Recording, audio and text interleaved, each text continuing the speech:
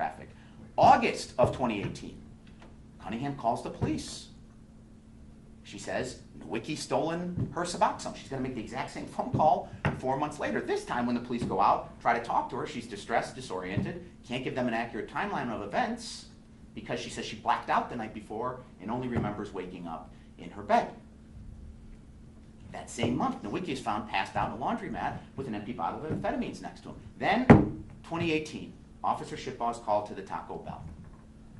Now, as part of the DCFS investigation and under the P300s, the defendants were required to have gotten and reviewed all of those DCFS investigations, all of those police reports, all of those medical records, but they knew better. They didn't bother.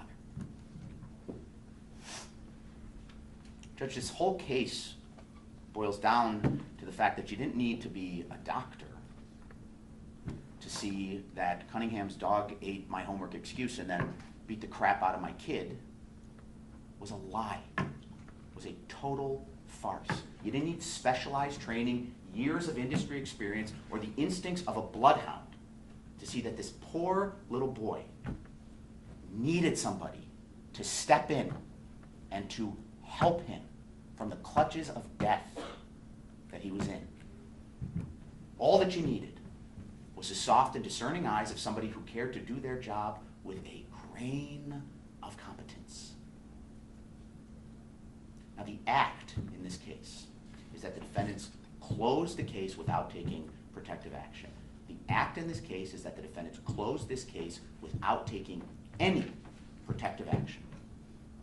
Because of that, AJ is dead and buried, going on 4 years now, when he should have just started 4th grade.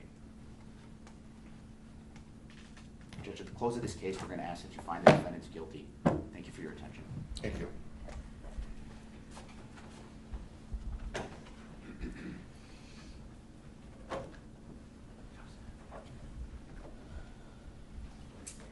Hindsight's 2020. Nearly 2 years after Carlos Acosta had contact with AJ Freund on December 18, 2018. In September of 2020, the state charged him with child endangerment and reckless conduct. They spent nearly 20 months issuing grand jury subpoenas, gathering evidence, interviewing expert witnesses, and attempting to find enough evidence to support the charges they would ultimately bring. You're going to hear evidence from multiple witnesses in this case that will guess, speculate, and tell you what may have happened if things transpired differently in December of 2018. But the focus should actually be on what information did Carlos Acosta have, or should he reasonably have had, on December 18th of 2018 and throughout his investigation that would have made him aware that AJ's death was practically certain to occur. The state's case is premised on the theory that Carlos did not follow certain DCFS procedures in conducting an investigation into suspected child abuse and neglect in December of 18. The ultimate issues before this court are, did he consciously and recklessly disregard a substantial and unjustifiable risk to AJ when conducting that investigation? And at the time of his investigation, was he consciously aware that the child's death was practically certain to be caused by his decision to allow protective custody to lapse and to unfound the allegations of suspected child abuse? DCFS is a bureaucratic institution. Much like other governmental institutions, there is a hierarchy in the system. The child protection specialist, and you'll hear is often referred to as the investigator, is responsible for investigating the reports of abuse and neglect, and the child protection specialist reports to the child protection supervisor, who's responsible for overseeing the investigations of multiple investigators. The child protection supervisor is overseen by an area administrator, who's overseen by a regional administrator. As an institution, DCFS has developed their internal procedures that outline the investigatory steps in a suspected abuse and neglect investigation. Those are commonly known as Procedures 300, as Mr. Canale just said. The defendants have stipulated to the admission of Procedures 300, and you'll hear testimony from a former DCFS supervisor who is an area administrator and ultimately the regional administrator, Zika. In 2018, December of 2018, when this investigation occurred, she was ultimately responsible for the conduct of Carlos Acosta and Andrew Polovin as the regional administrator. She's now retired and is being paid as an expert for the state for her testimony. Ms. Ruzicka will describe the investigations and procedures to you. She'll testify about the differences in the roles of the investigator versus the roles of the supervisor. And you're going to hear that the supervisor must make all critical decisions, and only the supervisor has the ability to waive certain investigative steps in the Procedures 300. Carlos Acosta was an advanced child protection specialist with a lot of experience, but ultimately the direction of his investigation and the duties assigned to him all were dictated by his supervisor, Andrew Polovin. Ms. Ruzicka will also tell you that DCFS had certain policies that required more certain allegations required more supervision. Those allegations were referred to as serious harm cases. She'll tell you that serious harm allegations required weekly staffing with the investigator, the supervisor, and the area administrator. And she'll tell you that the 2 allegations that came in on December 18th were not serious harm allegations. Allegation 11 for welts, cuts, bruises, and abrasions, and allegation 85 for the home being dirty and not in a good condition were not serious harm cases. They did not require additional staffing with the area administrator. On December 18th, Carlos was assigned the investigation in the early morning around 9:30 from Andrew Polovin. The investigation involved 5-year-old Andrew, commonly known as AJ, and his 3-year-old brother Parker. It had 2 allegations: cuts, welts, and bruises and abrasions, and environmental neglect. The time he was assigned the investigation, the children were already in protective custody at the Crystal Lake Police Department. You're going to hear evidence that the caseloads of the DCFS workers in the Woodstock field office in December of 2018 were overwhelming, that they exceeded the DCFS mandate as to the number of cases that an investigator could have, and that the staff was overworked and understaffed. The court will also hear that Carlos's investigation followed the procedures and was undertaken in good faith. Any procedure that he did not specifically follow was at the direction of and ultimately waived and waivable by his supervisor, Andy Polovin. The court will hear that protective custody can be taken by police, medical professionals, or DCFS. In this case, it was taken by Officer Shabat from the Crystal Lake Police Department. The state's going to call 3 witnesses that saw AJ Freund on the same day that Carlos Acosta saw him. The first one is Officer Shabat. She took protective custody of AJ and Parker because their mother was being arrested for driving on a suspended, and there was no other responsible adult to care for them at that time. Make no mistake, you're not going to hear evidence that she was taking them into protective custody because of the bruise on AJ's trunk or his hip. They came to the home, they observed it to be dirty and cluttered, and they smelled dog urine and feces, but then she observed the bruise. It concerned her. But she took them into protective custody because there was no one to care for them. If it was because of the bruise, there would have been no reason for Parker to be in protective custody at that time. Officer Shabat is going to tell you that on that morning in the home, she observed both AJ and Parker to be happy, running around and playing like normal boys, both at the home, and then she brought them to the police department, and she said they played there and were happy and normal boys. Carlos spoke to Officer Shabat that morning on his way to the police department to say, "What's going on? Tell me about the case." She told him about his observations, and he came in to meet with the family. He first spoke to AJ, who told him a very specific story about how the bruise happened when the dog put his paw on him while they were watching Polar Express the night before. He then spoke to Joanne Cunningham, the mother, who also told him that the dog could have caused the bruise. Ms. Cunningham was going to be able to post bail and be released directly from the police department. She wasn't being taken to jail. She wasn't going to be gone for any long period of time. In accordance with DCFS procedures at that time, Carlos said to her, "If you're posting bond and going out, would you take AJ to have the bruise evaluated by a doctor?" And she agreed. So he did. He allowed protective custody at that time to lapse because the mother was able to care for the children once her bond was posted. Officer Shabat at that time had the ability, as a mandated reporter, and in fact the person who made the report, to say, "I want to challenge your decision to let protective custody lapse," but she did not. Officer Shabat then had an opportunity to investigate the bruise further, to refer the case for a detective for domestic battery abuse allegations. Police can and do run parallel investigations with DCFS, but she did not. In January of 2019, she got notice as the mandated reporter that said, You have the ability to challenge the fact that we've decided to unfound this case. She did not. She ultimately closed her case with driving on license suspended charges. After April of 2019, after AJ is murdered by his mother, Officer Shipbaugh begins to change her statements and her testimony to fit the narrative that the state now wants this court to believe. She's changing it to say that Carlos willingly endangered AJ's life by returning him to his mother. But listen carefully to her testimony. She'll be challenged with multiple inconsistent statements that only arose after AJ's death. The second person that saw AJ on December 18th was a nurse by the name of Cheryl Ferguson. She was the intake nurse and the nurse assigned to him at Northwestern Hospital when he went there with his mother to have the bruise evaluated. She spoke to Carlos that day. She knew the reason they were there was to have the bruise investigated at DCFS's request.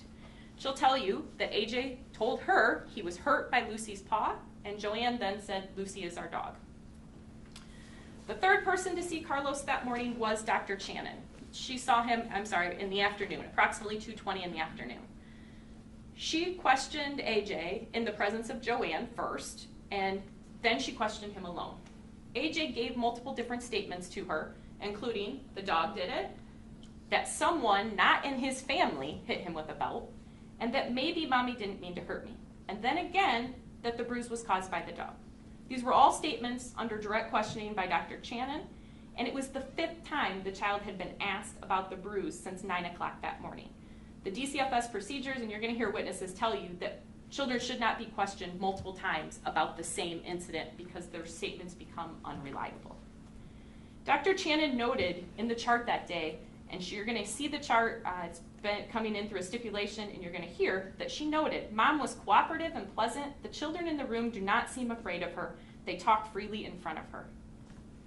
The child endangerment charge alleges that Carlos, in a willful and wanton manner, knowingly caused the life of AJ to be endangered, and that was the proximate cause of his death 4 months later. Or in the alternative, that in a willful and wanton manner, he knowingly caused AJ to be placed in circumstances that endangered his life. That was the proximate cause of his death. He's also charged with reckless conduct, and that while not acting in good faith within the scope of his official capacity, he recklessly performed an act that caused great bodily harm or permanent disability. What specific evidence will the court hear regarding these allegations? It's expected that Ms. Ruzicka will testify that Carlos should not have allowed protective custody to lapse. Despite the mandates and the procedures that Illinois law strongly favors keeping children in their homes with their parents. If he wanted to continue protective custody of that AJ on that day, he would have had to provide evidence to the state's attorney's office that due to the bruise, there was an immediate and urgent necessity to remove him from the home. Despite the fact that Dr. Channon also noted in her medical records that when father came to pick them up at the hospital that day, there were no red flags to discharging AJ from the ER with his dad. In addition to showing that there was immediate and urgent necessity to remove him, he would have also had to provide evidence to support that there was no reasonable efforts that could have been taken to keep him in that house.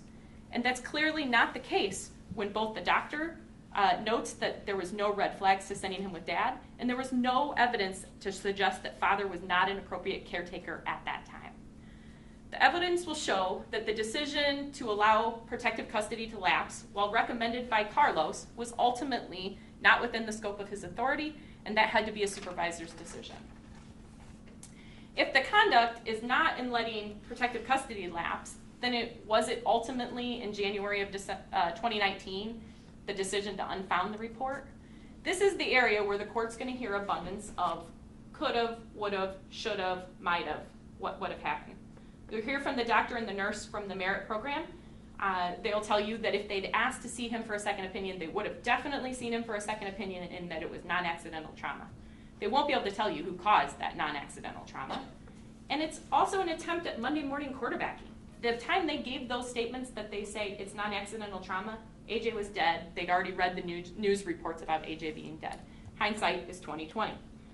I also expect that you're going to hear from a Dr. Demetra Soter. Dr. Soter is a self-proclaimed forensic pediatrician, which is not even a board certification from the American Academy of Pediatrics. She's been vocal with her long-standing complaints with DCFS investigators and staff. And she, like the other witnesses the state intends to call, will offer opinions based on evidence that did not exist and was not available to Carlos Acosta in December of 2018. She's going to conclude that AJ was subjected to abuse and torture by Joanne Cunningham. No one disagrees with that. But she will speculate that it was due to DCFS's failure to intervene in December of 2018. The court's also going to hear from 2 former assistant state's attorneys about the juvenile court process. They're going to tell you that the juvenile court case could have been opened, would have been opened, and they're going to speculate about what the McHenry County juvenile court judge would have done in those circumstances. The testimony of those witnesses will do little to prove willful and wanton conduct by Carlos Acosta in December of 2018 because it's based entirely on speculation. The death of AJ Freund in April of 2019 was tragic, incredibly sad. The court will hear evidence that the 2 people responsible for that death are in prison. The state will ask the court to leap to the conclusion that on December 18th, Carlos Acosta was consciously aware that AJ's death over 120 days later was practically certain to occur when he allowed protective custody to lapse and when he unfounded the report. At the conclusion of this case, the court will be left with scant evidence that Carlos Acosta, while employed by DCFS, consciously and recklessly acted in bad faith during his interactions with AJ Freund and Joanne Cunningham. The court will be left with insufficient evidence that he consciously disregarded a substantial and unjustifiable risk to AJ Freund. And the court will have no evidence that Carlos Acosta proximately caused the death of AJ Freund. The court will have heard only guess and speculation, and I'm confident will enter a not guilty verdict on all 3 counts. Thank you. Thank you.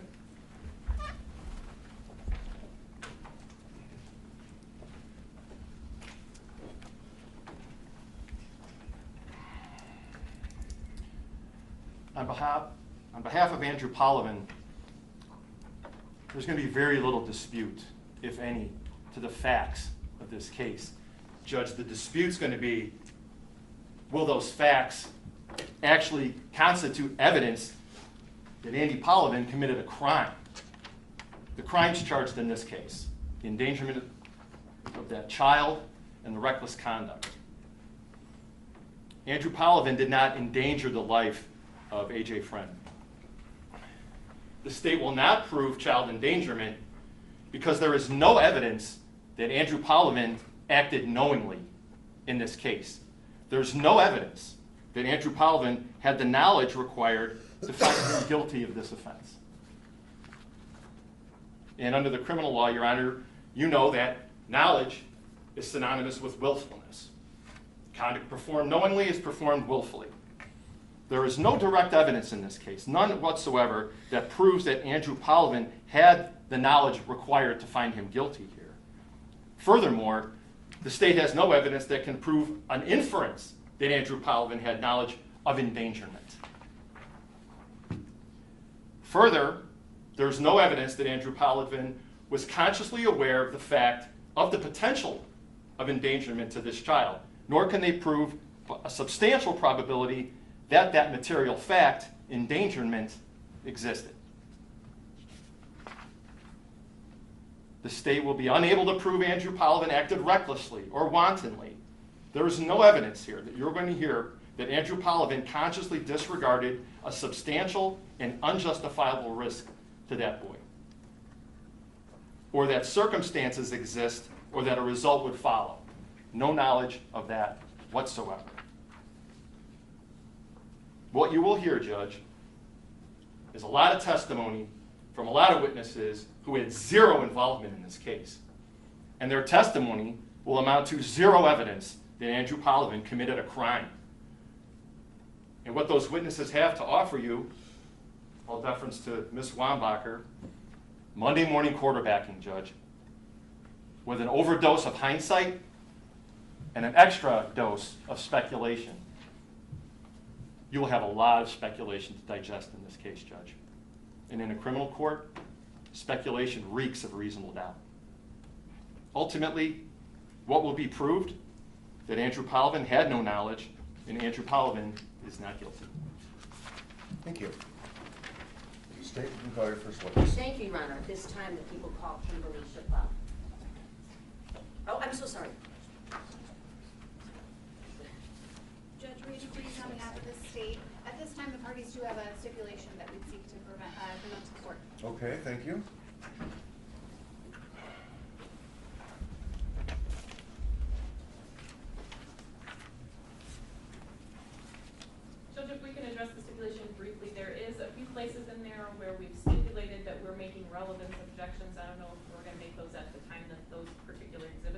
anything before the court, Randy, or I would?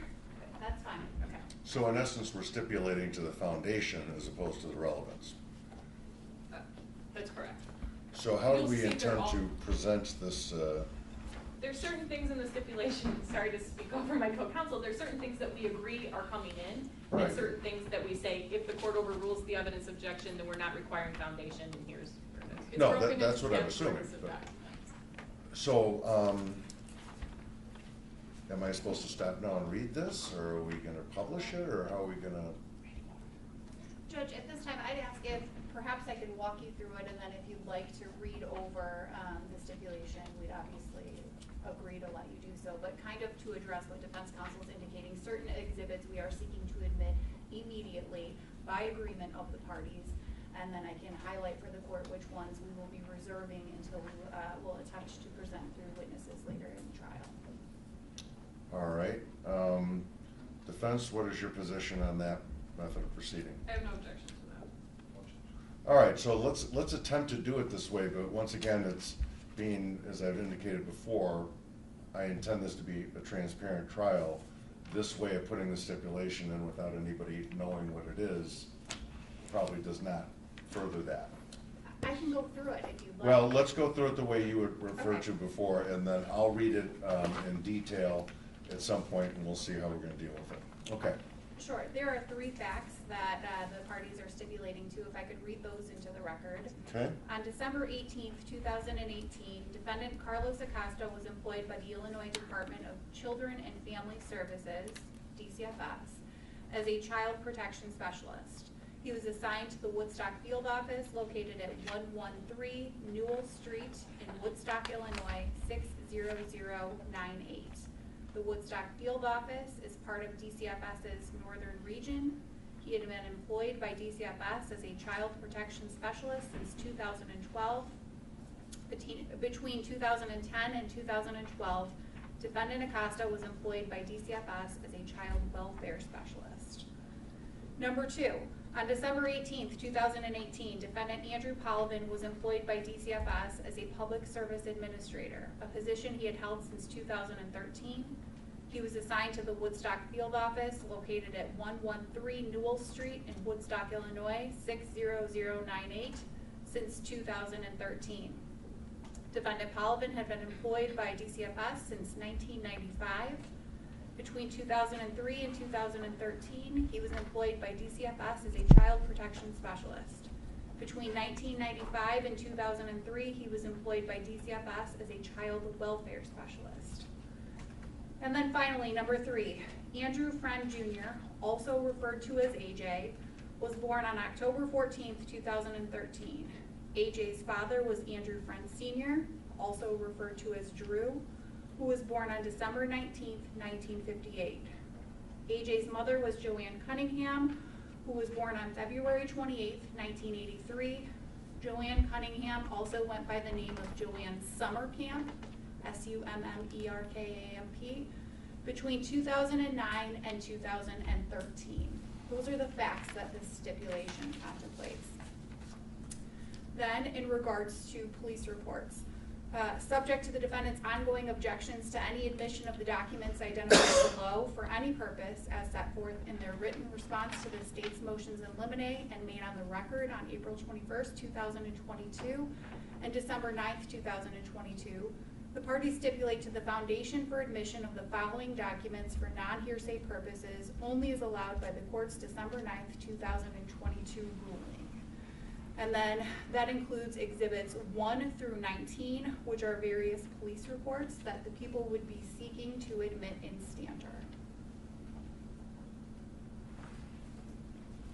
Okay. Next would be DCFS documents and records. Again, subject to the defendant's ongoing objections to any admission of the documents identified below for any purpose as set forth in their written responses to the state's motions in limine and made on the record on April 21st, 2022 and December 9th, 2022. The parties stipulate that People's Exhibits 20 through 24 are records of their respective agencies.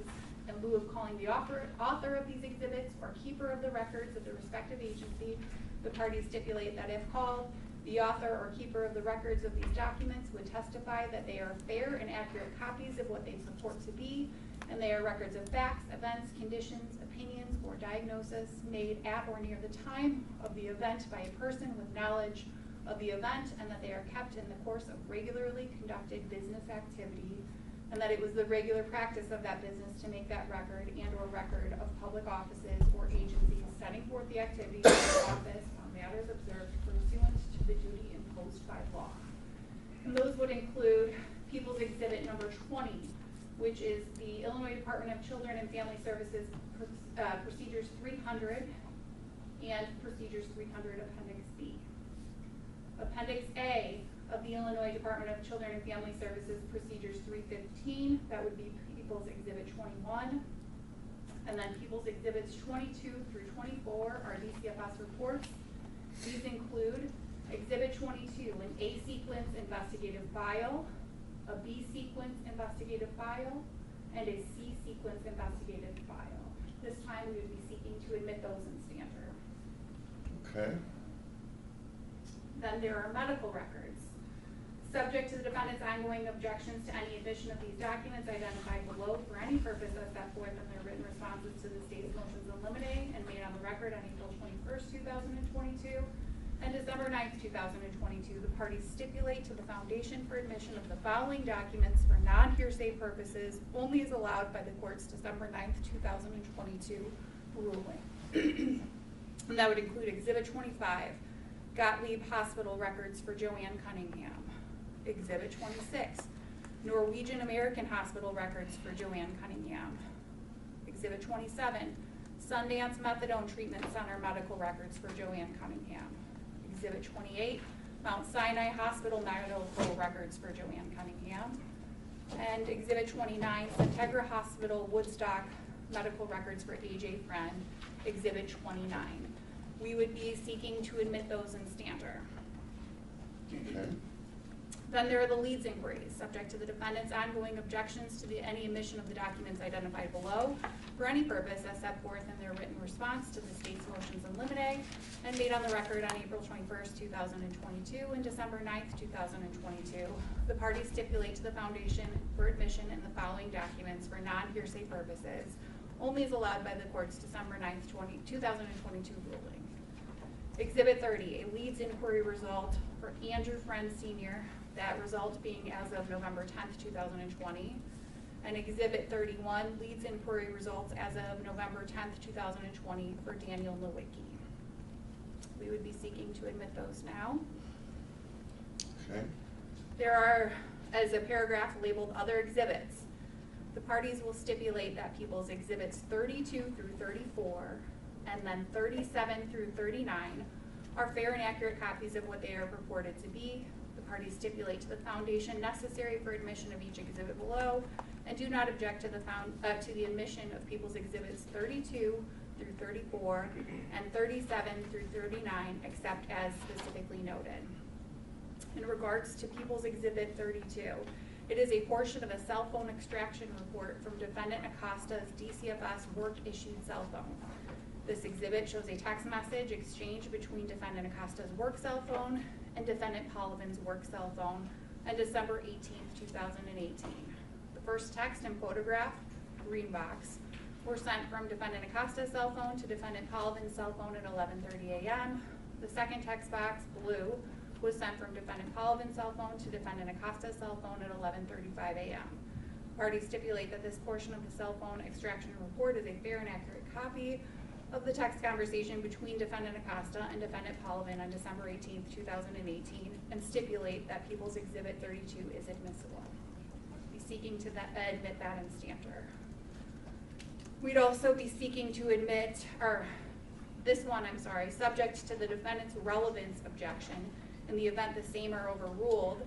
Defendants stipulate that People's Exhibit 33 is a CD containing 3 videos titled 3_4_19 video.mov, 3_17_19 MOV, and 3_27_19 video MOV that were obtained April 23rd, 2019 pursuant to an emergency request to Apple, which resulted in a return of numerous files, photographs, and videos including these three. The parties stipulate that the three videos are fair and accurate copies of the videos that were contained in the Apple emergency response regarding Joanne Cunningham's Apple iCloud account. The parties further stipulate that the voice titled in the 3/14/19 video is a video of AJ Freund. The female voices that heard throughout this video is the voice of his mother, Joanne Cunningham. The date stamp associated with this video is March 4th, 2019.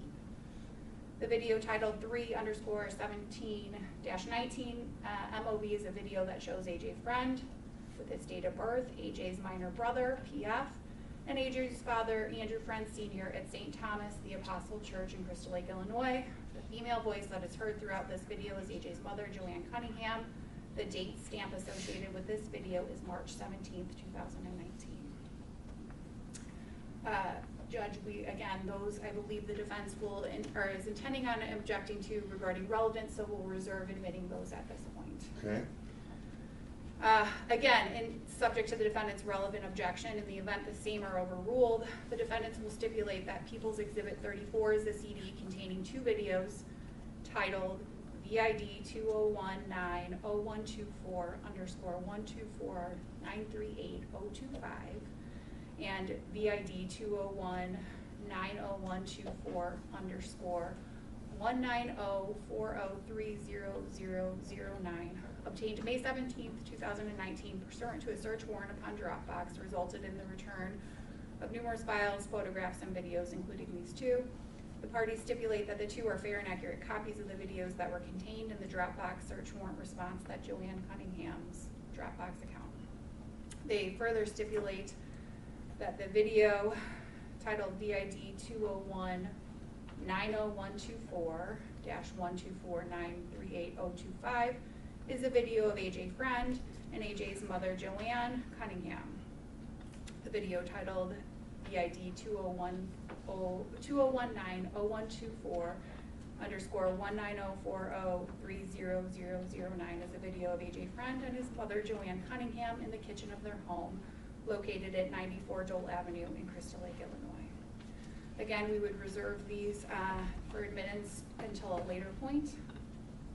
And then we skip ahead to exhibits 37 through 39, which are photographs from the autopsy of AJ Freund conducted by Dr. Mark Wittick, a licensed pathologist, on April 25th, 2019.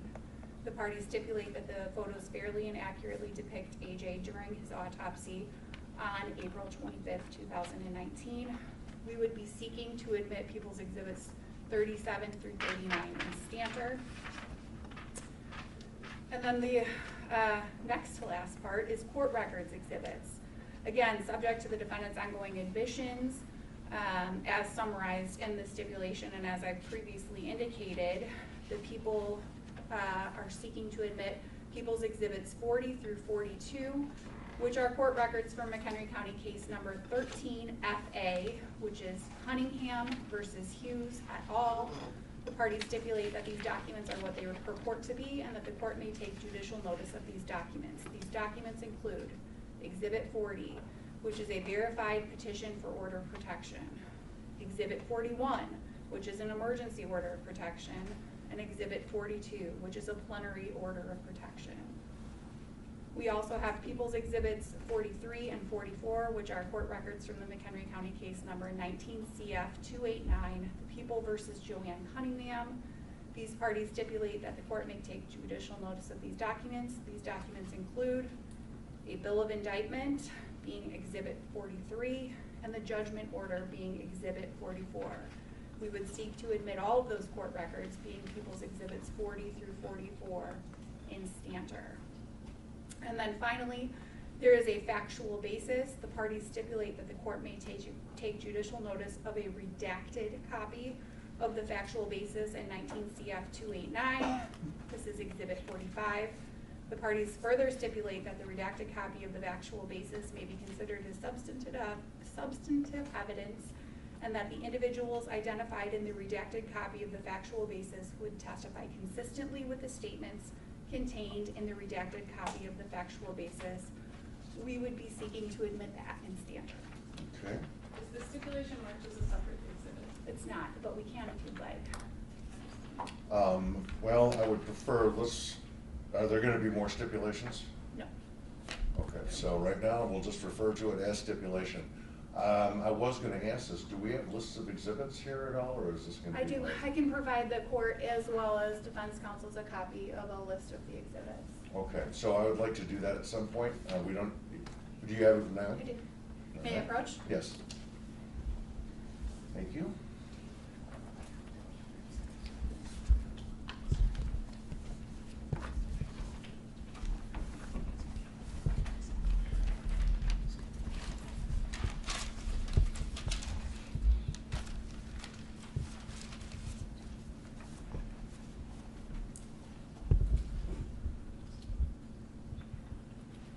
And both attorneys, defense, to acknowledge receipt. Yes, Judge, on behalf of Mr. Sullivan. Okay? Yes, Judge, for counsel.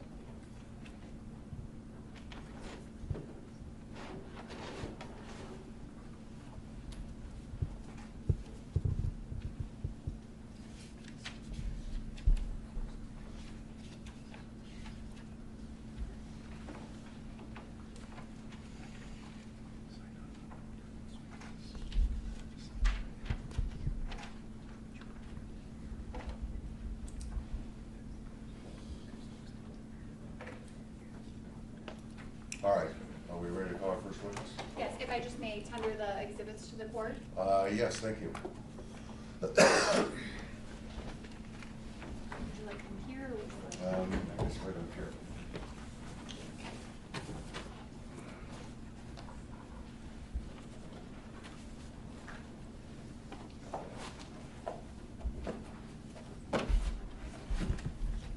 And obviously I won't be reading them this moment. May I proceed? You may. At this time, the people seek leave to call Kimberly Shabat.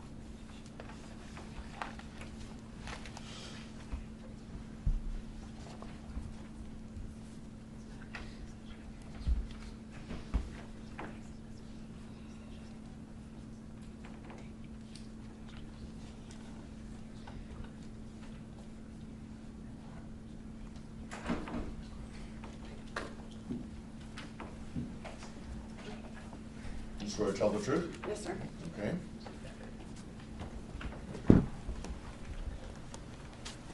All right, so make sure that you keep your voice up, verbalize all responses, Yes, sir. and speak directly into the microphone. Yes, sir. Thank you. You may proceed. Thank you. Officer, please state your full name for the record. I'm going to need for you to spell both your first and your last name for the benefit of the court reporter. I'm Officer Kimberly Shabat. It's Kimberley. Last is Shabat, S as in Sam, H-I-P Paul, B-boy, A-U-G-H. Where are you a police officer? City of Crystal Lake, What rank do you have? patrol officer. How long have you been a patrol officer with the Crystal Lake Police Department? We just completed 18 years. I am going to direct your attention back to December 18th of 2018. You were employed as a Crystal Lake police officer at that time, is that correct? Yes, ma'am. Were you working on that day? I was. What shift did you work? Day shift, What time did that start? 5:45 a.m. Were you working alone on routine patrol at approximately 8:04 in the morning? Yes, ma'am. What was the weather like? It was December. It was cold, below freezing, if I recall. Did you respond to a dispatch at 7:51 a.m.? Yes, ma'am. What was the nature of that call? It came out as a battery. It came out as a battery? A battery and theft, or domestic battery and theft. And where did that call send you to? 420 North Virginia Street, to the taco driveway, or the Taco Bell. So you received the call of a battery and a theft that directed you to go to a Taco Bell. Do you know what time that call came in? I believe the call came in at 7:49. Okay, so the call came in at 7:49. You got the dispatch at 7:51. Did you document that you arrived at that Taco Bell at 8:04 a.m.? I did. Pretty quick time, correct? Yes, ma'am. Did you arrive there by yourself? I did, How did you get there? in my patrol car. When you arrived at that Taco Bell restaurant at 420 West Virginia Street, what did you see? There was a burgundy four-door sedan vehicle in the parking lot with a slender female, white female standing outside the door. Did you subsequently learn that female's name? I did. What was her name? She identified herself as Joanne Cunningham. When you saw Joanne Cunningham at 8:04 in the morning outside that vehicle, was there anything unusual about her at that time? I don't recall anything unusual about her at that moment, no. Had you learned that she had been inside the Taco Bell prior to? I did. Was that to make the 911 call? Yes, ma'am. When you saw, could you describe Joanne Cunningham for us, please? You said a slender female. Tall, slender, blonde hair, kind of a drawn face. She was outside the vehicle? Yes, ma'am. What kind of vehicle was that? It was a dark burgundy four-door sedan. I don't remember the make and model. Was she outside the vehicle? She was standing outside the driver's door.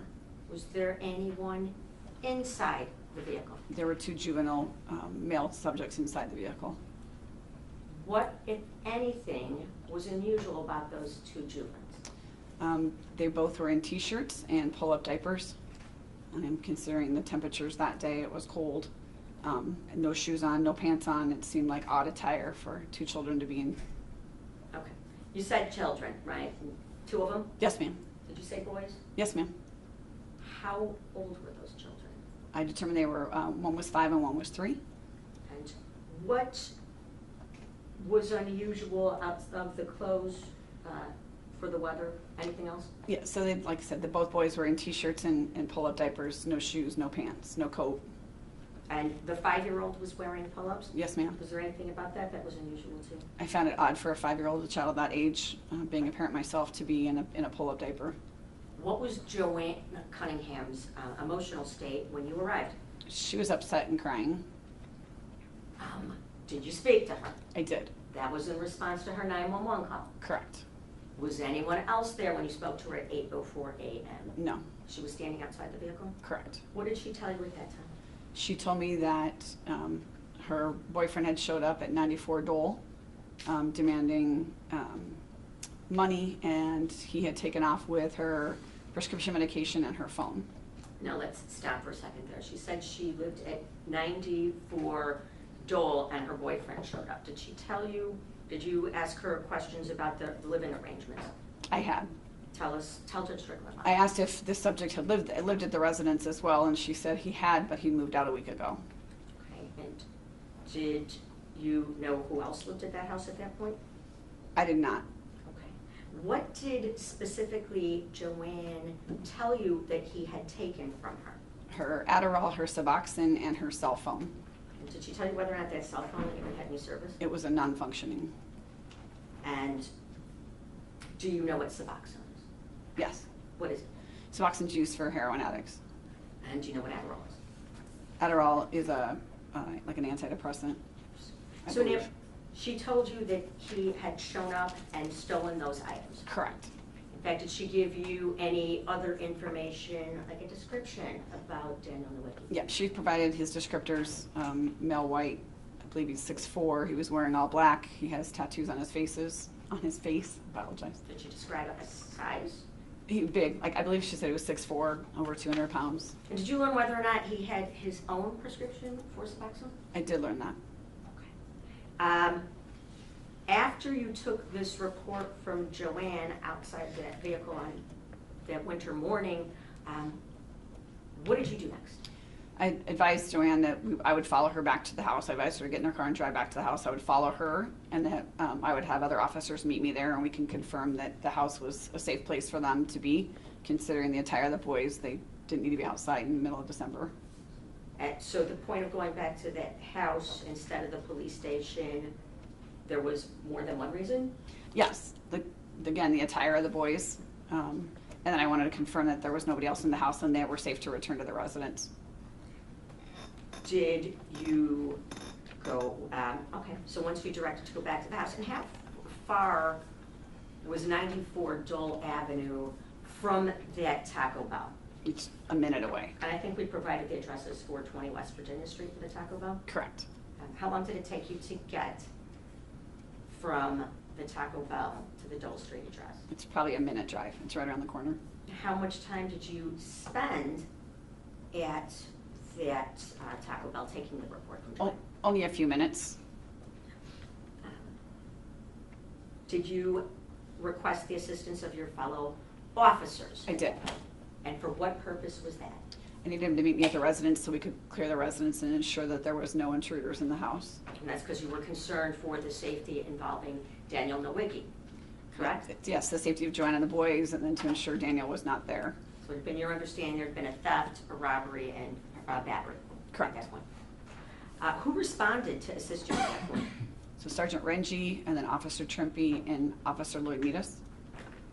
Did you do anything, as you drove to the Dole Street address, did you do anything else to follow up with Joanne's allegations? Well, let me ask you this. Did you disseminate any other information to your fellow officers? Yeah, so prior to actually leaving the parking lot, I came over the area and advised of Daniel's description so that other officers in the area could be on the lookout for him to try to make contact. And that was documented in the CADS reports over the radios, Correct. And you document he was 6'4", all black, with face tattoos, Yes, and to look for him. correct. In fact, you did author a 13-page police report in this case, is that right? I did. Was that documented under police report, Crystal Lake Police Report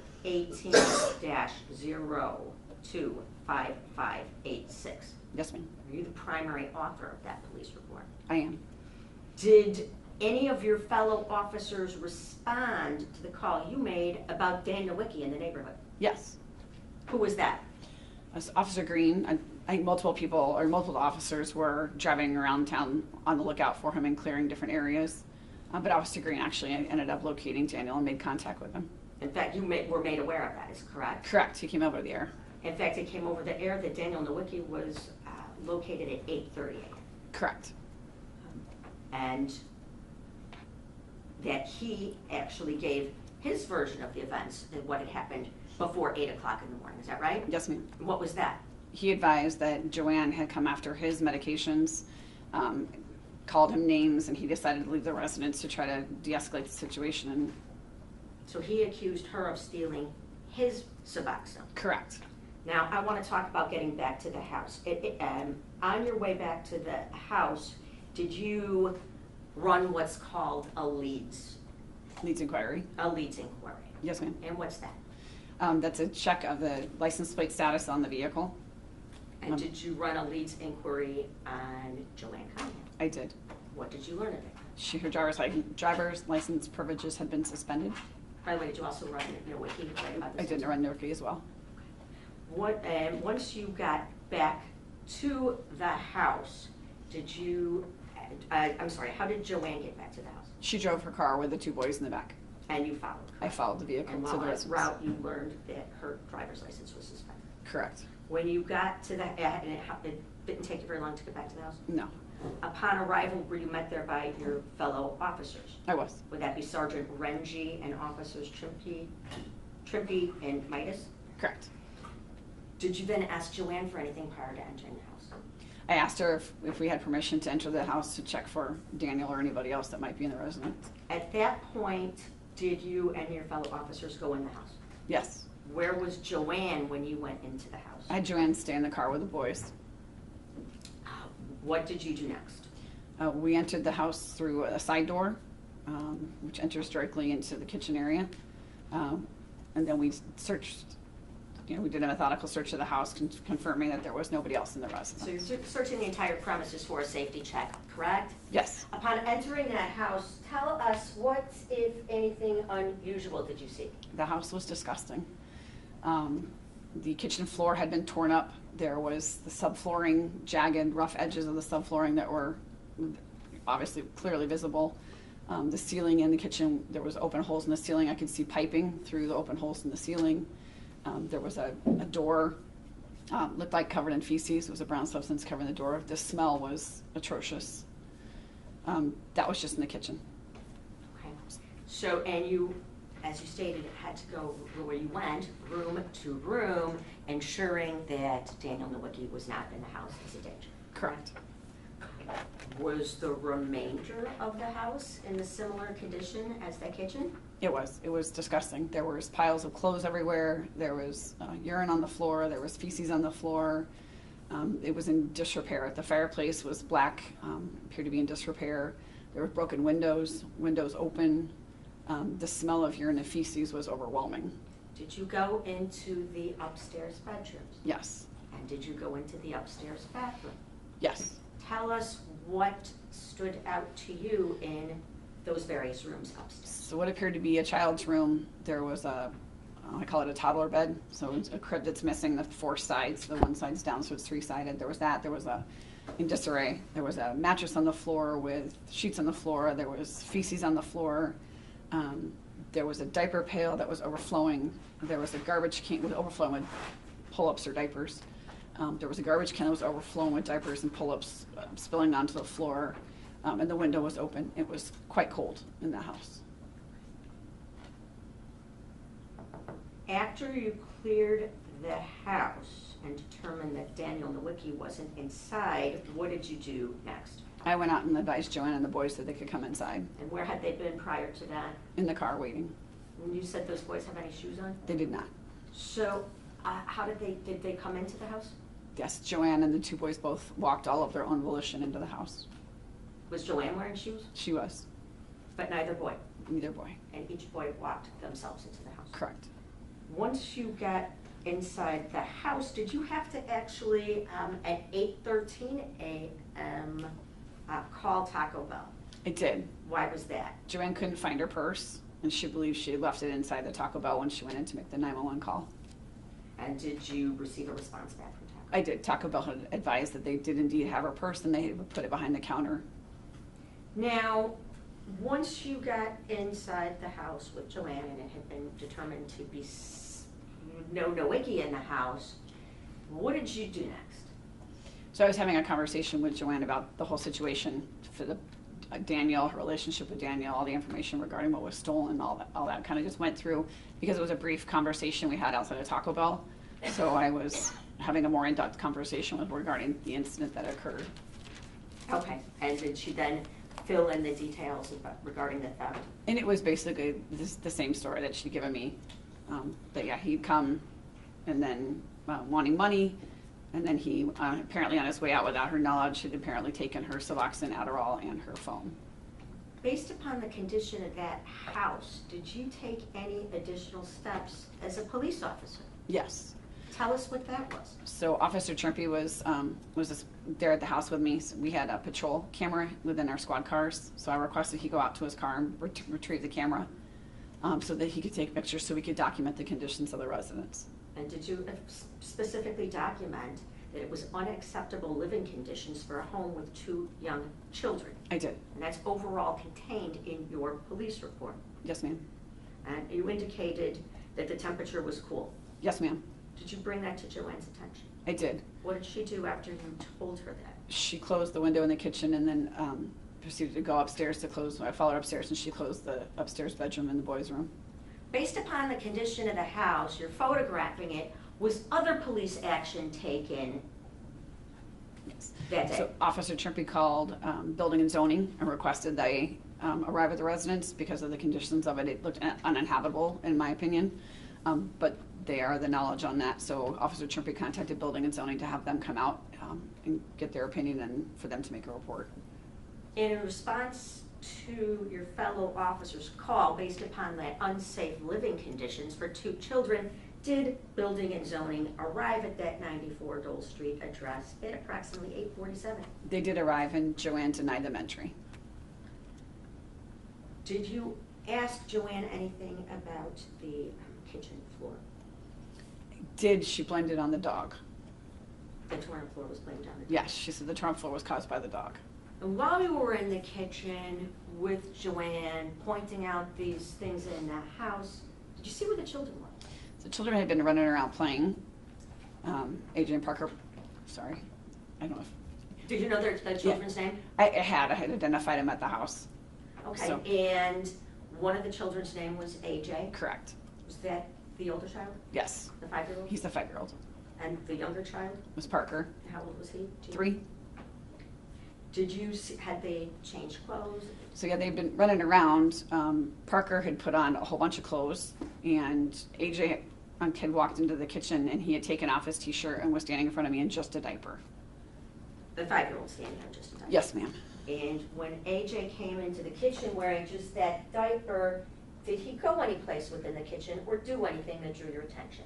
So there was an island in the middle of the kitchen. I was standing on one side of it, Joanne was standing on the far side of it, and there was a pile of old French fries, looked like McDonald's French fries, sitting on the counter, and he'd reach up to grab one of those French fries. When I saw him enter into the kitchen, I saw a horrific bruise on his side that literally took my breath away.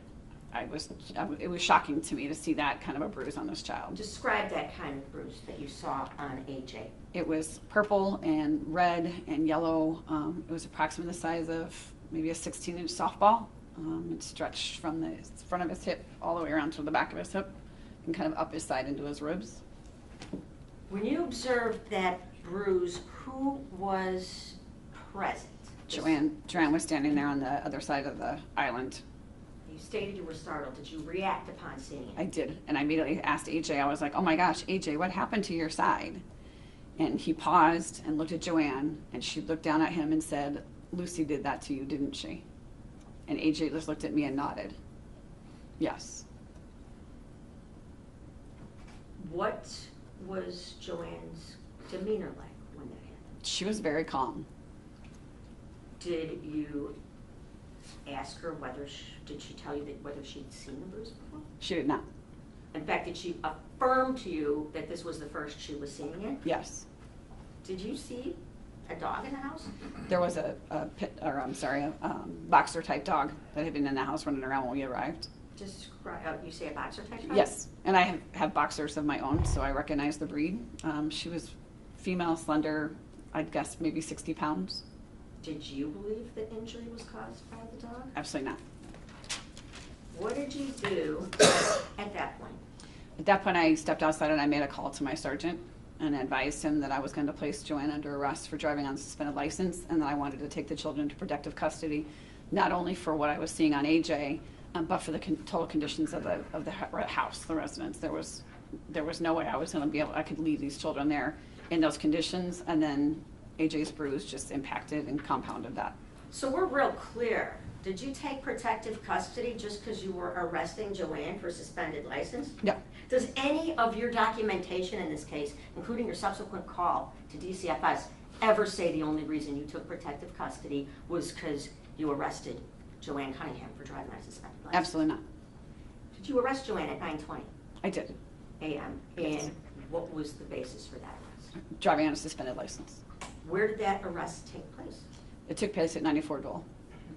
What was Joanne's reaction to that? She was very calm. She understood she was driving on a suspended license, and she was very calm. Tell us, describe the process of the arrest. How the So logistics happened. because of the children involved in taking protective custody of them and needing to transport them to the station, I'm a car seat technician, or I was at that time. So I had advised Sergeant Rinchie that I would come to the station. His vehicle does not have the plastic molded seats. He has a regular seat in the back of his squad. That I needed to come to the station and install car seats in his squad car so that then he could come and then transport the boys safely to the police department. So Officer Trimpey and Officer Lagmia stood by. I went to the station, did that, followed Sergeant Rinchie back to 94 Dole, at which point Officer Trimpey and Officer Midas put handcuffs on Joanne. I kept the boys in a separate room. They handcuffed Joanne, walked her out to the squad. Officer Trimpey transported her to the station, and then I carried the boys out to Sergeant Rinchie's car and secured them in car seats, and then followed him and the boys up to the station. Did you find any additional clothes or shoes for the boys? I did not. I didn't find shoes. I found a pair of pants for AJ. So he had pants, and we found a shirt for him to wear, and then had a very difficult time finding shoes. We finally found some mismatched shoes, but we couldn't find shoes for the kids anywhere in all that mess. Well, you took protective custody of AJ and Parker, is that correct? Yes, ma'am. And tell us what that is. Protective custody is when, as an officer, you deem that they're not safe in the environment that they're in, and with the adult supervision that they have, they're not safe. Have you ever taken protective custody of children prior to that date? I believe I've only done it once. It's a big deal. Where and did you obtain the car seats and transport them to the police station at about 9:36? Yes. Okay. Where were the children taken? They were taken into it's our roll call room where we have a television and tables and chairs for them to sit and kind of hang out and color and watch cartoons. And what was their demeanor like at that time? They were fine. AJ was talkative. AJ had a little personality. Parker was very subdued. Parker was very quiet, and he leaned very much on his brother's direction of where to go, what to do. But Parker didn't talk really at all. But AJ did. In fact, did he have the same demeanor in front of his mother? Yes, Where was Joanne placed? she was in what's called our TDF, our temporary detention facility. Did you speak to Joanne Cunningham after you arrived at the police station? I did. In fact, did you advise her of her Miranda warnings? I did. And did you ask her again, was that in interview room 01? Correct, and that's within our TDF facility. And did you ask her again about the bruise? I did. And she adamantly advised that she had no idea how it got in there, which previously she told me the dog had done it, but in my interview with her, she adamantly advised she had no idea how the bruise had happened. Did you ask her anything about changing her son's diaper? I did. I asked her if she put a pull-up on him the previous evening, and she advised she couldn't remember. Was this before DCFS arrived or after? After. Did you have a separate interview or any conversation with AJ? I did. And where was that? That was in our roll call room. And while in the roll call room, tell us what happened. So I got down on AJ's level. As a child, obviously, somebody tower you're scary. So I sat in a chair next to him and sat eye to eye with him and asked him again if he could tell me for sure like how the bruise had happened, what had happened to him. And he again told me that Lucy must have done it. Did he say Lucy? I'm sorry, I did not hear what you just said. I'm sorry.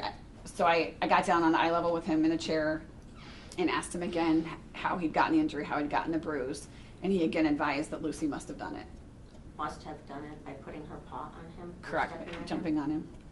Did you place a hotline call to DCFS? I did. Describe that process.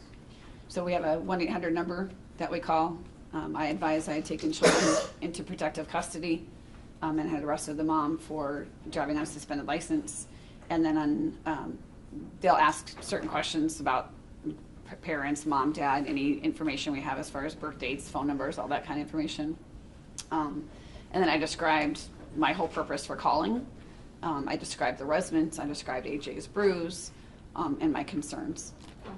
And you described the dynamics of Joanne calling 911. I did. I explained the reason I had arrested her and how we'd even gotten there. You named the household members of 94 Dole, is that right? That is correct. In fact, you included that it involved that the boyfriend was established that he didn't take her meds. Correct. And that during that investigation, you saw the bruise. Correct. And in that hotline call, you said you were concerned about the bruise because the mom said it was from a dog, and you said in that hotline call it wasn't from a dog. Correct. In my experience, there's no way a dog could have caused trauma like that. Did you then mention that the mother had been arrested for the separate act of driving on a suspended license? I did. Did you also, during that initial hotline call to DCFS, say anything about Joanne's drug use? I did. What did you say? Well, because I obviously know Suboxone is used for heroin addicts. And then Joanna told me that she was clean, and I advised them that if she was clean, it hadn't been for very long because she was in she was in rough condition. She looked like a heroin addict. So in that very first call, when you are calling DCFS, because you took protective custody, you are alerting them to all these other facts. Yes. Did you tell them about the condition of the house? Yes, in detail. I described the floor, the feces, the ceiling falling in, how cold it was in there. And did you use the word disgusting? I did. Did you also say you didn't know if Parker had any injuries because his whole body hadn't been exposed? Correct. Was that a concern of yours? Yes. Did you also tell them that the paramour was on Suboxone? Yes. The whole reason for this 911 call, the incident before 8 in the morning? And did you give them your police report number for reference? I did. Okay. After making that hotline call, indicating that you had taken protective custody of 2 children, with all that information, did DCFS respond? Yes, they advised that someone would call me shortly, and approximately, I believe it was around 9:30. I got a call from DCFS Carlos Acosta. And how did you know that this person's name was Carlos Acosta? He indicated that who he was when he called. Had you ever worked with him before? I have. So you, I recognized him to be a DCFS worker. okay. And did you recognize his voice? Yes. Okay. Did you then proceed to have a conversation with a specific DCFS worker separate and apart from the hotline call, this person, Carlos Acosta? Yes, I talked to Carlos and explained the whole scenario from why we got called out to where we were at that moment in time. Did you tell him about the responses you received about how the bruise occurred? Yes. Tell us. So I advised him that I had made a terrible mistake by asking AJ about how he got injured in front of his mother. Why do you think that was a mistake, Officer Shipon? Because he wouldn't answer. He directly looked to his mother, who then answered for him. I will tell you.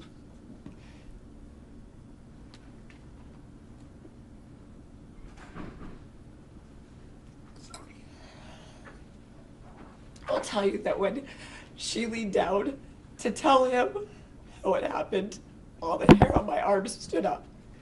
And I knew at that moment that I should have pulled him aside and asked him without her presence, but it caught me so off guard when I saw it. I just asked him. So I explained to Carlos about Joanne's influence on AJ's response. I explained to him that the intensity of the bruise. I explained to him that in my belief there is no way that a dog could have possibly done that to him. Just need a minute. Okay. Did Carlos Acosta arrive at that police station at approximately 11:06? He did. Do you see him here in court today? I do.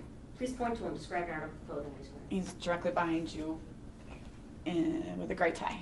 Your Honor, may the record reflect the in-court identification of the defendant, Carlos Acosta. The record will reflect the in-court identification of the defendant Acosta. Upon meeting with defendant Acosta, what, if anything, did he say to you? So I met with Carlos when he arrived. I again explained the situation to him in person, and then I directed him to AJ and Parker's location in our roll call room. Were you conducting your own investigation at that point as well? Yes. Did he bring up having a joint investigation or having any further cooperation, or did he ask you to do anything? No. What did he do first after arriving at the police station? And I'll be honest, I'm not sure. I then left him to do his interviews with the boys. There were other officers that are in the station that were in the area. So I went back into the temporary detention facility with Joanne to work on her processing. So I left him to do his interviews, but I don't know who he interviewed first, or if they were together, or in what room in our station they were in. So you weren't there while he was conducting his interview. And I forgot to ask you, did you take some pictures of AJ's bruises? I asked AJ if I could take some pictures of his bruises, and he agreed. And so I took just some real quick little snapshots of his bruising. And did you do that before Carlos Acosta arrived? Yes, and of his face, his whole body. And once Carlos Acosta there, you don't know whether he didn't ask to use any of your equipment for interviews? Not to me, no ma'am. Did you inject yourself into his investigation? I did not. Why not? DCFS does their own questioning and their own style of handling, investigating their case, and it's not our place to step in. How long was Carlos Acosta at the Crystal Lake Police Department? I believe it was less than an hour. And do you know what the Child Advocacy Center is? I do know the Child Advocacy Center. Was there any suggestion? Not to me. What, you said he was there for under an hour? I believe so. And he was doing his interviewing Joanne and the kids, and you were separate. Did you provide him with any of your information, either any of the photographs in this case, or? They were not provided to him, no. While Costa was speaking to Joanne, did anyone arrive to bond her out? A short time after, so I believe Mr. Acosta started her interview around 11:38, I believe, something close to that. He concluded a little afternoon and came out, and then Joanne wasn't released until I believe like 12:53, close to 1 o'clock that afternoon. Did Carlos Acosta approach you to tell you what he was doing with respect to his investigation? So I asked him what the next steps were. I didn't know if we needed to transport the boys to the hospital or to the CAC. I wasn't sure where he was and what he might need, so I approached him to find out what our next steps were regarding what he might need. And what did he tell you? He advised that he was releasing the boys to their mother to take them to see a doctor. What was your reaction to that? I was not pleased. I told him there's no way that we could release these boys to her not knowing how this injury occurred. First of all, the house is disgusting. There's no way those children should be going back to that residence. And I don't know who did this to AJ. To me, it clearly wasn't the dog, and I was not comfortable with him, AJ walking out with somebody who potentially had done this to him. And at that point, Nowicki had been located. He was out walking around, right? Correct. And did you tell Carlos Acosta about who the family members were living in that house? That information was provided initially to the hotline. I don't recall specifically talking to. Was there mention of AJ Freund living there, seeing? Yes. So, Carlos Acosta told you that he was going to let the children leave with Joanne? Yes, on the stipulation that she had to take him directly to a doctor to have the injury looked at. Well, how did they plan on getting any place, right? Right. So she's arrested for driving on a suspended license and doesn't have a car. Correct. So apparently a family friend had been contacted, and that family friend had arrived at our police department to transport Joanne and the boys. And at this point, were you having no part of the protective custody decision or how she was getting from point A to point B? Correct. It had been turned over to DCFS's hands, and essentially I was out of the loop at that point. How long did you spend talking to Carlos Acosta about this critical decision to let protective custody that you took lapse? Minutes. I mean, again, I raised my concern that I don't think they should be let out, let to walk away with her. And he advised me that he was going to let her take him to the doctor, and then he would follow up. In fact, did you have to go get car seats for somebody? I did. So when the gentleman arrived to take Joanne and the boys wherever he was going to take them, I asked if he had car seats. He did not. So with Joanne's permission, I returned to 94 Dole. Her car had been left unsecured. It was unlocked.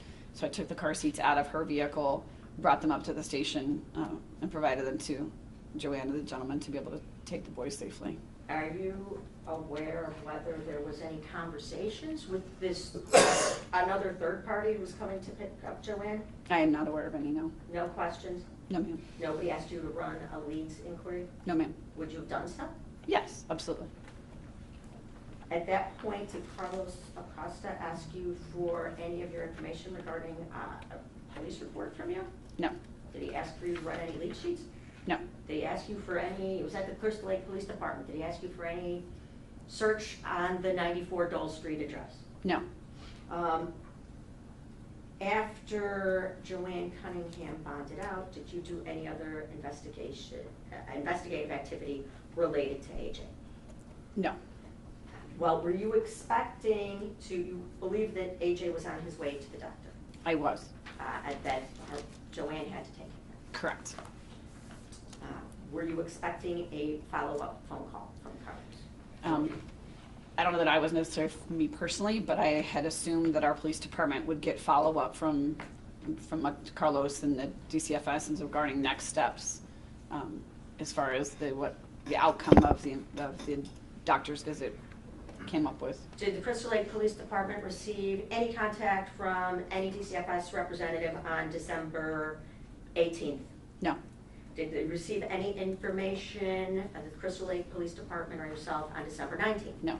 On December 20th, did you do something in furtherance with respect to this case? Yes, on December 20th, I called Carlos to find out the status of the medical examination And why did you do that? because I had grave concern for both AJ and Parker, and I wanted to know where we were in the process of furthering this investigation. And did Carlos Acosta actually accept a phone call from you? He did. Did you have a conversation with him? I did. Did you recognize his voice? I did. And what did he tell you at that time? He advised me that AJ had been seen by a medical professional. The doctor had advised him that they were not a forensic specialist and couldn't determine how the injury had occurred. It could have been a football, it could have been a belt, it could have been a dog. They had no idea. And that was all the information he provided to me. Did he ever provide you any information about conflicting statements later made by AJ? Never. Did he ever provide you with any information? He told you that the doctor said she wasn't a forensic expert. In fact, that's documented in your report. Yes, ma'am. Did anyone ever tell you that the doctor requested that AJ be seen by a forensic specialist? No. Did she, to both assess the pattern bruise injury or to conduct a forensic interview? No. You were not made aware that that was the doctor's recommendation? Correct. Did you ever tell Carlos Acosta that you did not intend to file any charges in this case? No. In fact, you did file a summary suspension violation, right? Correct. Why didn't you file any charges in this case? Because I needed more information. There's 3 people living in the residence. At that point, I wasn't able to determine who or what had caused the injury, so I was waiting for more detailed information. Did you clear this case exceptionally? I did. What does that mean? Exceptionally means a crime has been committed, but there are no charges have been filed at that point. Were you ever, after December 20th, contacted by Carlos Acosta again, or No. any members of DCFS with respect to this case? No. Never?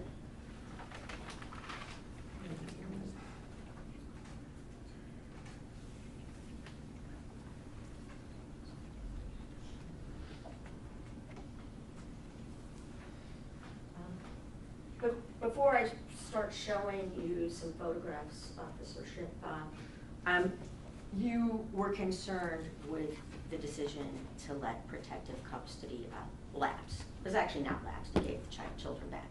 Yes, After you 100%. took what you called an extraordinary step in removing them in protective custody, is that right? Yes. Although you disagreed with it, you didn't do any further steps to overrule that call? I had gone to my command staff, and I honestly don't recall who in particular. We have a hallway, and they change every few years, so I don't remember who I'd gone into, but I had my camera with the pictures, and I showed them the pictures of AJ's hip, and I said, Carlos is letting this child walk away with his mother. I don't agree with this. Is there any way we can stop it? And I was told that it's now been turned over to DCFS, and it's now in their court to handle. Okay. Now I want to look through a series of photographs, and these will be marked. They're marked Group A. Stipulations, we'll be going through them. They have previously been shown to council. And we're going to go through Group A 1 through 17.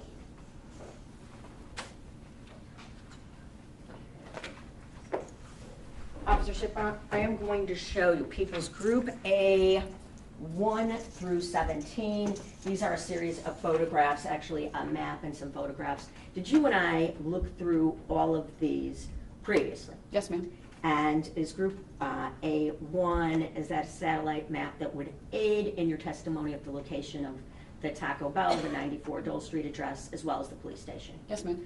And A2 is a photograph of the exterior of the 94 Dole Street address at a later date in April of 2019. Yes, ma'am. But does that truly and accurately depict what the house looks like? Yes. Or looked like on the 18th, but for the temperature? Yes.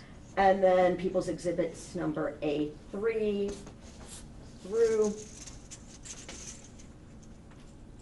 16. Are those a series of photographs taken by your fellow officers of the home? Yes. And do they truly and accurately depict what you were looking at on December 18th, 2018, when you cleared that house and further investigated it for dangerous conditions? Yes, ma'am. And People's Exhibit number A17, is that a later picture taken of, that shows Lucy, the dog? Yes, ma'am. And is it truly and accurately depict what the dog looked like, although she was loose when you Yes, saw it, right? correct. Your Honor, at this time, I'm going to ask that the exhibit symbols be stricken from People's Group A 1 through 17 and will be allowed to be published in complete. Any objection? No objection, Judge. Any objection? All right, they will all be admitted without objection. And you may publish them. Thank you.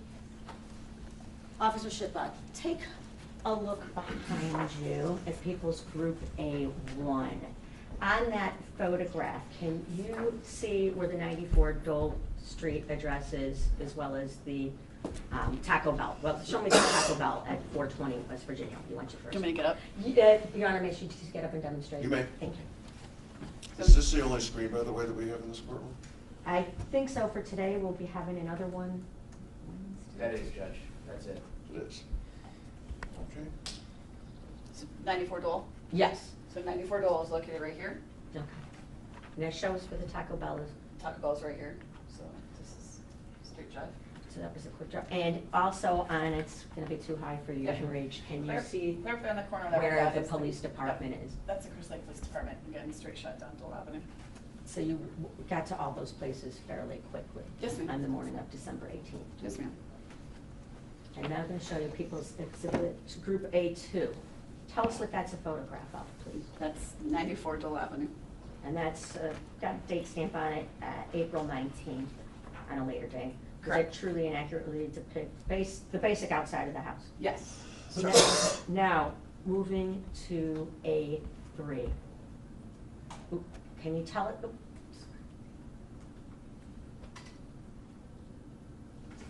Touchy clicker. Officer Shipoff, can you tell us what's depicted in this photograph?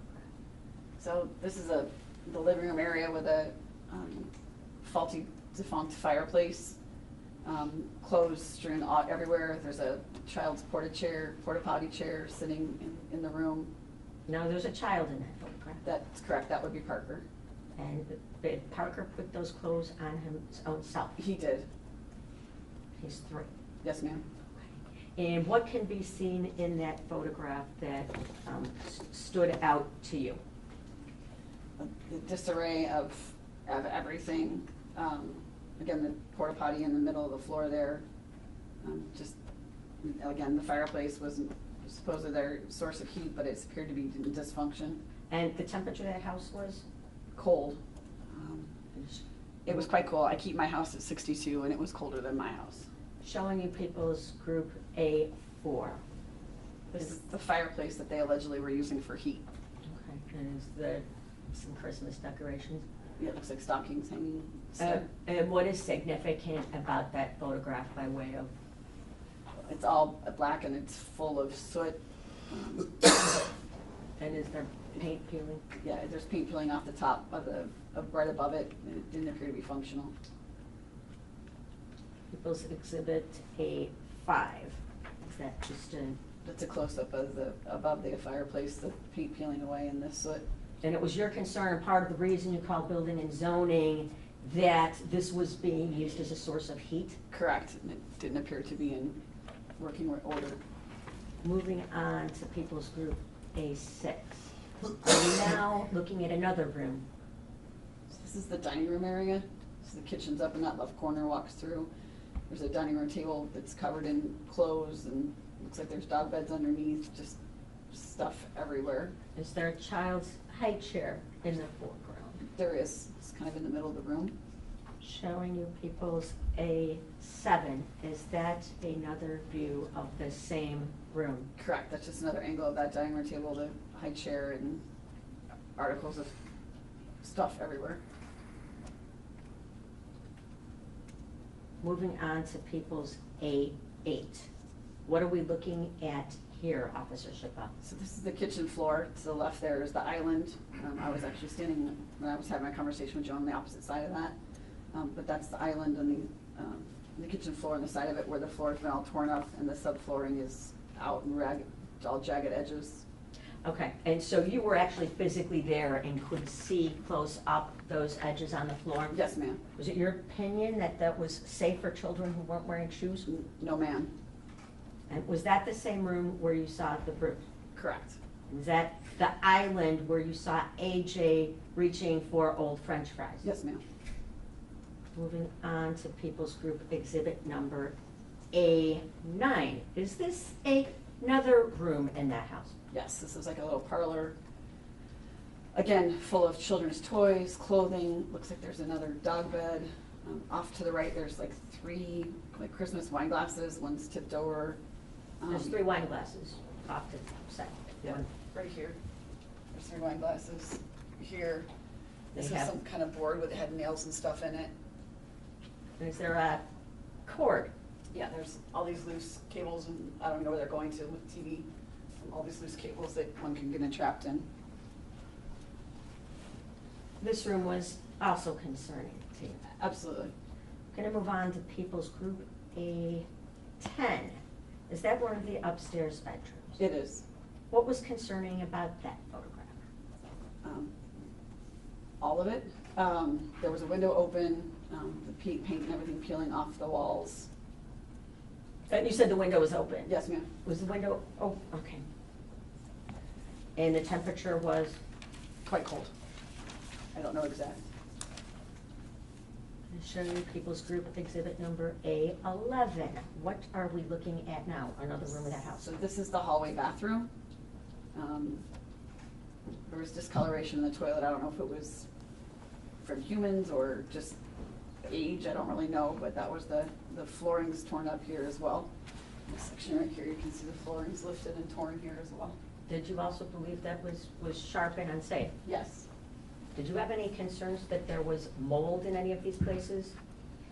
Or- I could only assume. I didn't see, but during the condition of the flooring and being that was a bathroom that gets wet, I could only imagine what was further under there.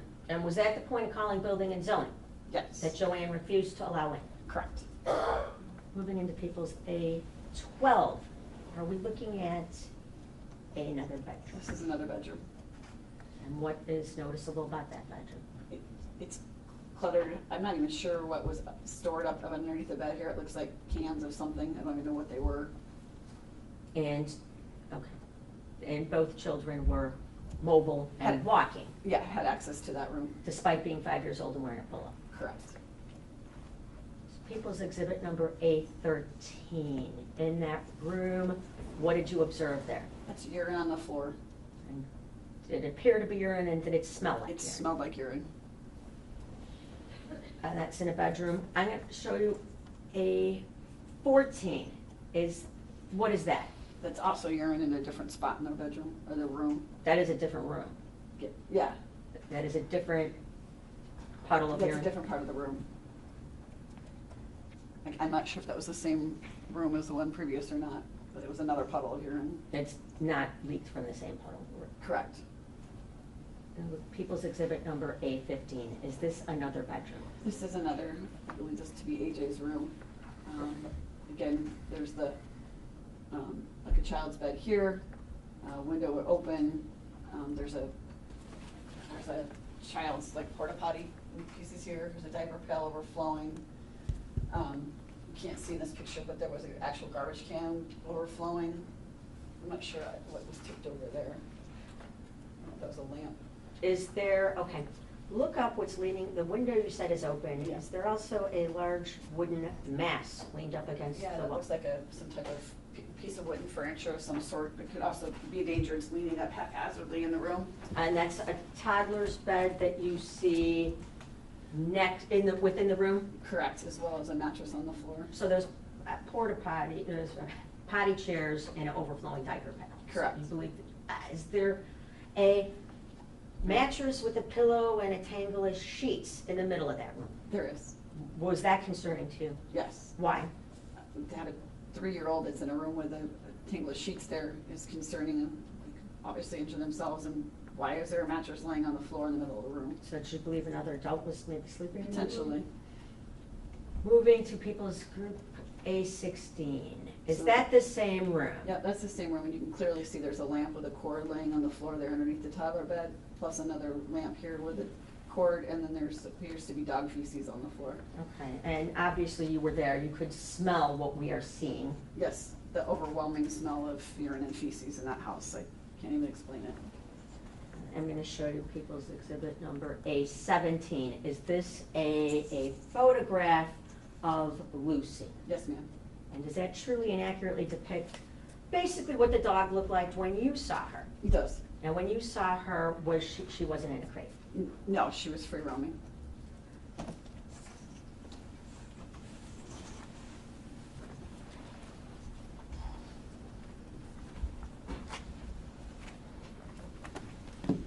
Now, Officer Shabat, you talked about that you took some photographs of AJ I did, and the bruise, I did, and then with your own hands. I did.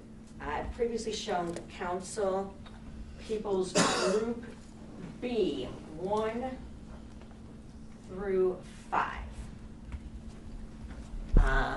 Officer Shipa, did you and I look through these 5 photographs? Yes, ma'am. Earlier today, as well as on prior occasions, and all of these truly and accurately depict how AJ looked on December 18th, 2018 in that police station. 100%. Photograph is bruised. Your Honor, at this time, I ask that the exhibit symbols be stricken and I be allowed to publish People's Group B 1 through 5. Any objection? No objection.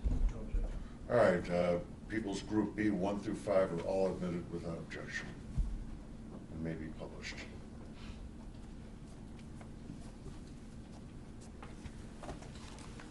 Officer Shipa, here's People's Group B 1. Can you tell us what we're looking at there? So that's AJ with Parker behind him. We bought them Happy Meals, so they were in our roll call room, at one of our tables there with Happy Meals. And I'd asked AJ if I could take pictures of his injury, and he had agreed. So he picked up his shirt and kind of pulled his pants and his underwear there down so I could take a picture. And I took a full body shot of him so that it was clear that this was on him. In fact, you bought meals for everybody, right? Joanne included? Joanne had received a meal as well, yes. Let's look at B2.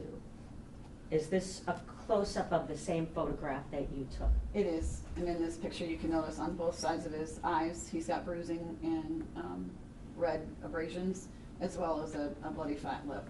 And then there's also a mark on the end of his nose. I'm going to show you People's Exhibit number B3. Tell us what we're looking at here. So I was trying to get it kind of a better shot, so AJ kind of pulled his hand away there, and that's me kind of holding his underwear down on the side there, trying to get a clearer shot, a close shot of the bruising or the injury. And the injury wraps really from his hip towards his buttocks? Correct, so it's all the way on this front corner here, and it wraps around his hip onto his buttocks. And there's a separation where there's a scrape and a bruise, actually more towards his abdomen, is that correct? Correct. Let's look at People's Group Exhibit B4. Is that another picture of the injury? Yes, it's another angle picture that has it as the injury continued to wrap around to his backside. And is that your fingers holding it? Same fingernails, that is me. And you're not a doctor, you couldn't undress him or gown him? No. No, and I was trying to not be evasive. I just wanted to get some quick documentation of what I was seeing so that I could represent it to other people. So those were just quick snapshots so I could document the injuries at that time. Was it your anticipation that they would be photographed by a medical professional? 100%. Here's People's Group B5. And that's just another angle of that same injury on his right hip.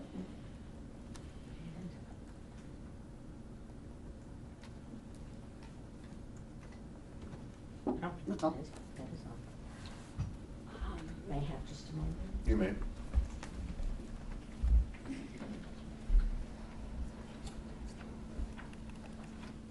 I have nothing further of Officer Shipa.